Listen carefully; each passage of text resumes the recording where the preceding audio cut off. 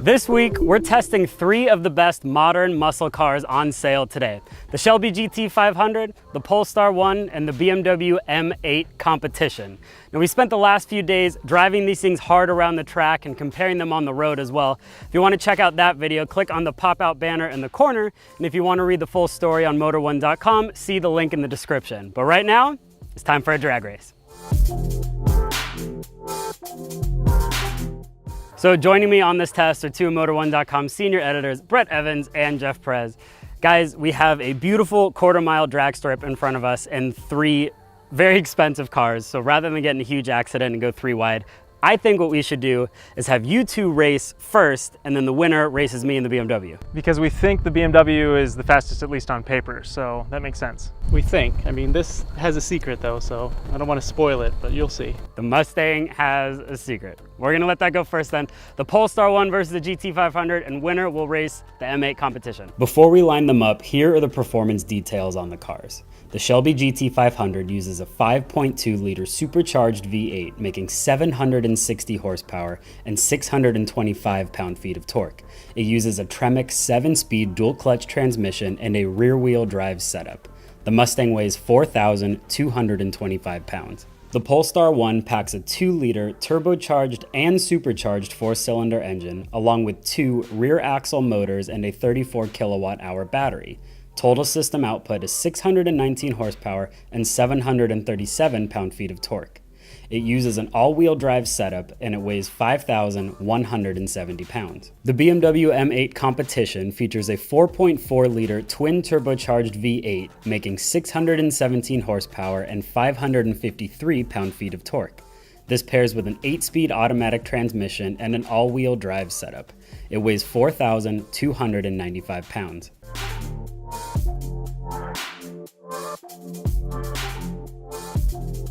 The Polestar 1 stands a pretty decent chance of doing well in this drag race. Not only does it have the most torque of any vehicle in this test with 738 pound-feet, it also routes all of that torque to all 4 wheels, giving this thing lots of grip. And since a lot of that is coming from electric motors, it's going to make all of that right off the line. Thing is, on paper, the Shelby has the most horsepower, 760, which is about 120 more than the Polestar. It also has a little secret called drag mode, which the other 2 cars do not. So all you need to do is tick this toggle right here, and it'll take you to drag strip mode. And all you do is set the launch control, press this little button on the steering wheel, track apps, launch control, and then you set your RPM. I'm gonna put it at about 3,000, which should be good. Then you just smash the brake, smash the gas, and it should rocket off the line, assuming the tires hold, which may or may not happen. So we'll see. All right, get your launch controls ready. 3, 2, 1, go. Oh my gosh, this thing is so fast. 80, 90. Oh, it's close! Oh! He got me. Oh, Mustang got me right at the end. Oh. See, we actually got it to hook up, which is good. Damn it all to hell. I wish you could feel how hard that thing launched. That was incredible. It came out of the hole so hard.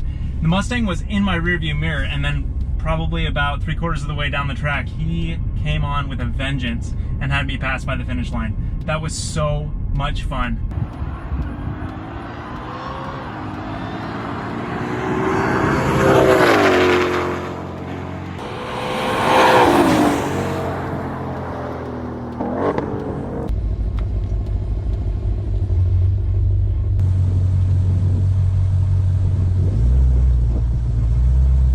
Welcome to the inside of a very fast BMW, and it's a BMW that's very fast in a straight line as well. I just saw that race just like you did, and the Mustang did better than I thought it was going to. When that car hooks up, it is lights out, and that amount of horsepower is nothing to mess around with. But the BMW does have all-wheel drive, it does have proper launch control as well, and it does a really good job sending power to the right places. Now I'm in full track mode right now with everything set to track, and the traction control is now ready to party as well. And after that, Just foot on the gas, lift off the brake, and hopefully we win this thing. Ready when you are. So we beat the Polestar by about half a car. It's pretty good. We got the tires to lock up pretty easily, I guess. So that was good.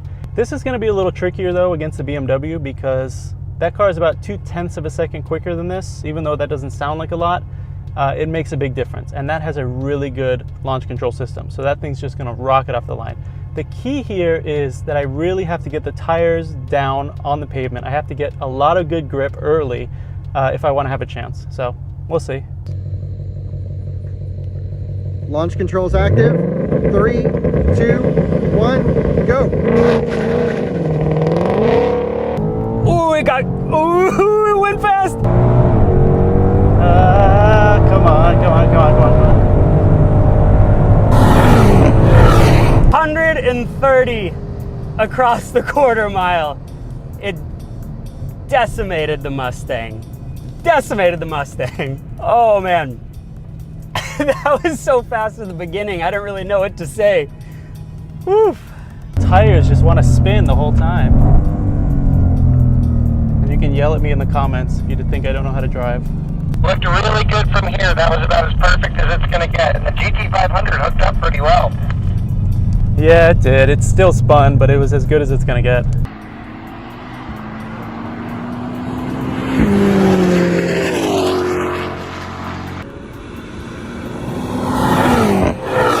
I mean, it did so well around the track earlier, but in a straight line, it just made a Shelby GT500 totally eat it in a quarter mile.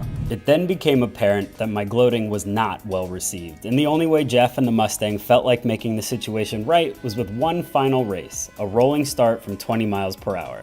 And as it turned out, this was easily the best race of the day. 3, 2, 1, go. 17, 18, 19, 20, gun it. Ooh, this is closer. I didn't dust him.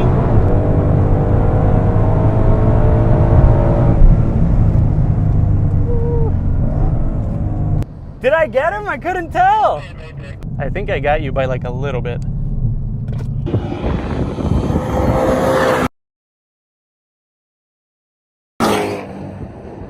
The Mustang won. No!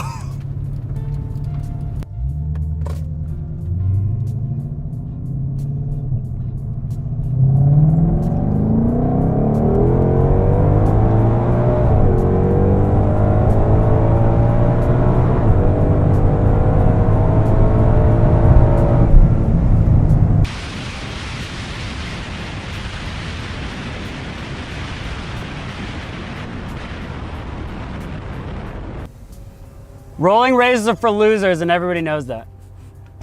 It's literally like a foot. Really? Yeah.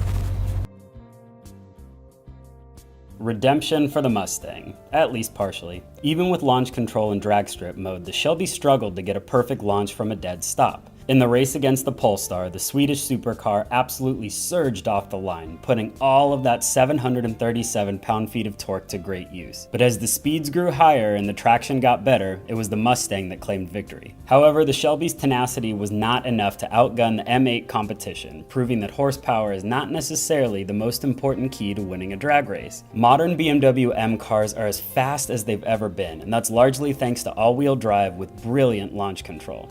You leave everything to the computers, and the M8 was the fastest car here, time and time again, making it our drag race winner. To see how the BMW stacked up against the Mustang and the Polestar and the rest of our testing, head over to motor1.com or see the links in the description. And as always, thanks for watching.